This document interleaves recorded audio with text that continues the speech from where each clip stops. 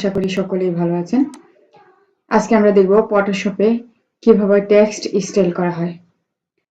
ভিডিওটি শুরু করার পূর্বে বলি, আমার এই চ্যানেলে যে প্লেলিস্টে গেলে ফটোশপ ফুল কোর্স 2025 ফটোশপের ফুল কোর্স এই প্লেলিস্টের মধ্যে আপলোড করা হচ্ছে।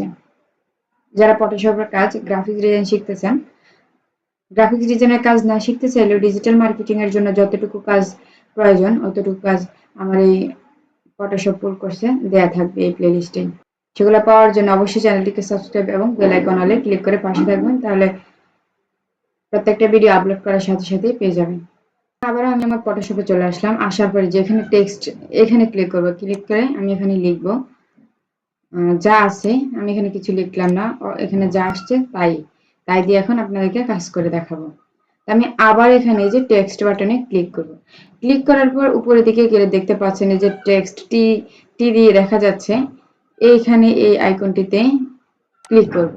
ক্লিক করার পর এখন আমরা বিভিন্ন স্টাইল দেখতে পারবো, লেখা আছে স্টাইল। এখানে কোনো স্টাইল নাই না, তো এখানে আমি ক্লিক করবো। এই যে এখানে ক্লিক করলে আমি এখানে বিভিন্ন স্টাইল দেখতে পারবো।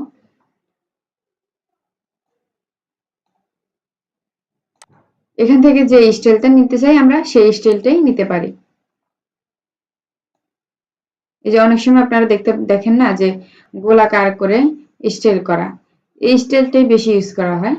এরপর আমরা যদি এগুলা দেখতে পারি এই যে আপনারা এগুলা প্রত্যেকটাতে ক্লিক করে দেখবেন যে কোনটা স্টাইল কেমন, এগুলা ক্লিক করে প্র্যাকটিস করবেন। তাহলে আপনারা সবসময় আপনাদের পছন্দ অনুযায়ী কাজ করতে পারবেন, বারবার এগুলা দেখতে হবে না। একবারে ভালো করে প্র্যাকটিস করে রাখবেন যে কোন স্টাইলটা কেমন, তো এভাবে আপনারা স্টাইল নিতে পারেন। এখানে ক্লিক করে দেখতে পাচ্ছেন যে লেখাটা আবার অন্যরকম হয়ে গেছে। এখানে ক্লিক করলে আবার অন্যরকম। এগুলো আবার আপনারা কমিয়ে বাড়িয়ে দেখতে পারেন যে লেখাটা কেমন হচ্ছে চেঞ্জ হচ্ছে। আশা করি বুঝতে পেরেছেন। আজকের ভিডিওটি এই পর্যন্ত। এতক্ষণ পর্যন্ত আমার সাথে থাকার জন্য আপনাদের অসংখ্য ধন্যবাদ। আসসালামু আলাইকুম।